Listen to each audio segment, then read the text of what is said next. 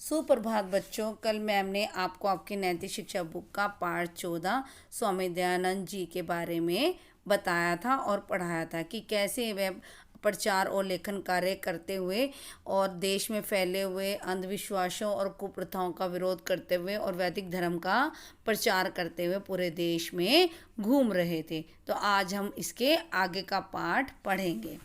इन दिनों महर्षि का ध्यान राजस्थान के राजाओं को सुधारने तथा संगठित करने की ओर गया।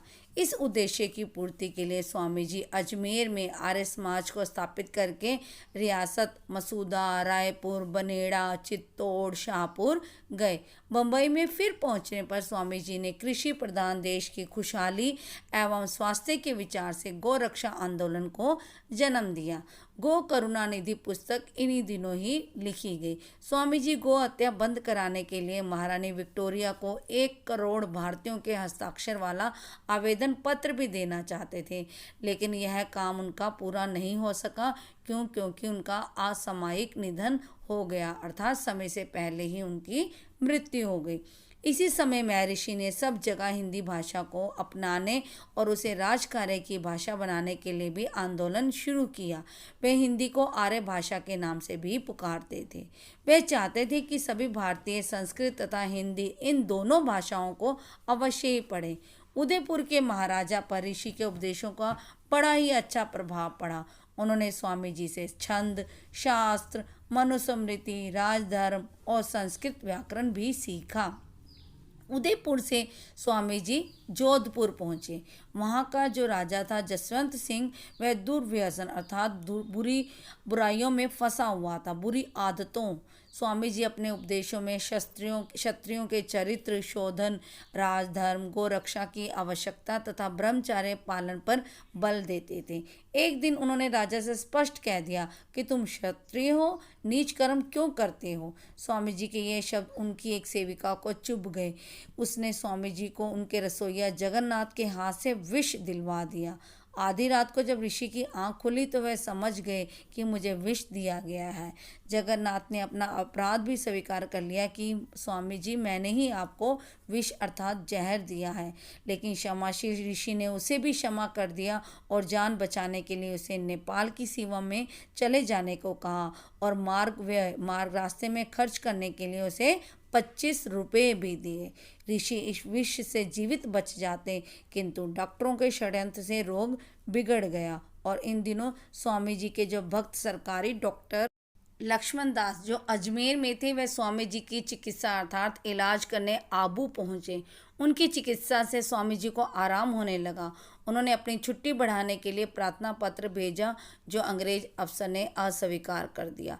इस पर डॉक्टर ने अपना त्याग पत्र भी दे दिया, किंतु उनका त्याग पत्र भी स्वीकार नहीं किया गया।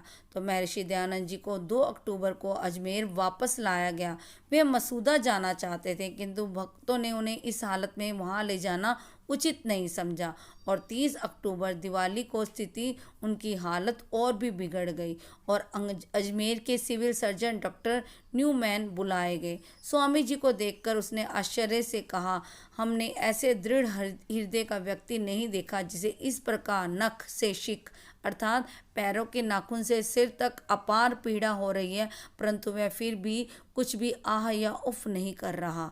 दिन के 11 बजे थे। महर्षि के आदेश के अनुसार औषधियाँ, उनकी दवाइयाँ बंद कर दी गई। 5:30 बजे ऋषिवर ने कहा कि सब लोगों को बुलाओ और हमारे पीछे खड़ा कर दो। कोई भी हमारे सम्मुख ना हो, कोई भी हमारे सामने खड़ा ना हो।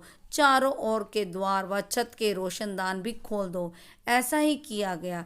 ऋषि के पक्ष, तिथि और वार पूछने पर एक भक्त ने उत्तर दिया कि कृष्ण पक्ष शुक्ल पक्ष की संधि अमावस और मंगलवार है।